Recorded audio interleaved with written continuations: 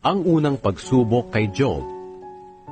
Isang araw, nagtipon ang mga anghel sa presensya ng Panginoon at sumali sa kanila si Satanas.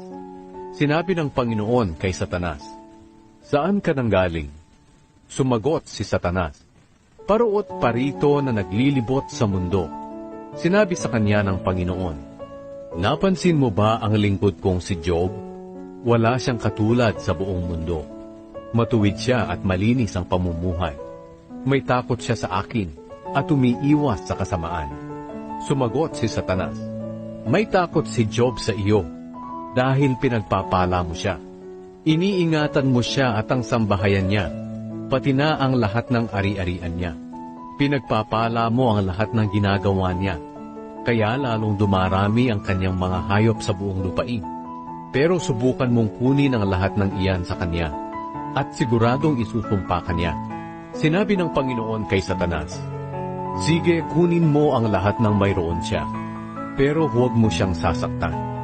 Kaya umalis agad si Satanas sa harapan ng Panginoon.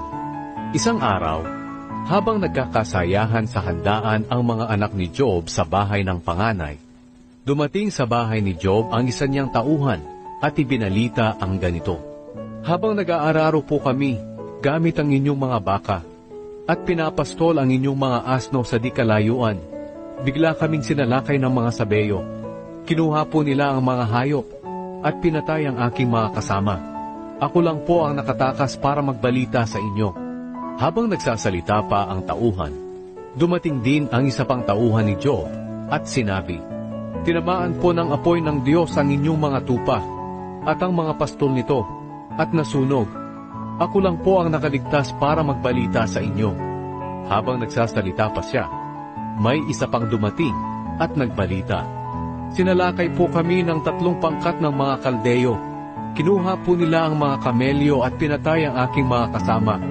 Ako lang po ang nakatakas para magbalita sa inyo." Habang nagsasalita pa siya, may isa pang dumating at nagbalita, "Habang nagkakasayahan po ang inyong mga anak sa bahay ng kanilang nakatatandang kapatid, bigla pong dumating ang malakas na hangin mula sa ilang at nawasak po ang bahay. Nabagsakan po ang inyong mga anak at namatay. Ako lang po ang nakaligtas para magbalita sa inyo."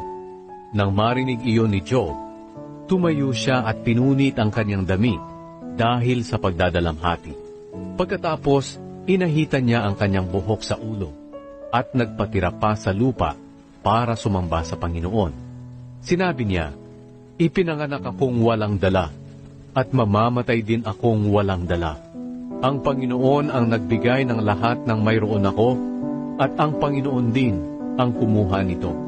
Purihin ang pangalan ng Panginoon." Sa kabila ng lahat ng nangyari, hindi nagkasala si Job. Hindi niya sinisi ang Diyos.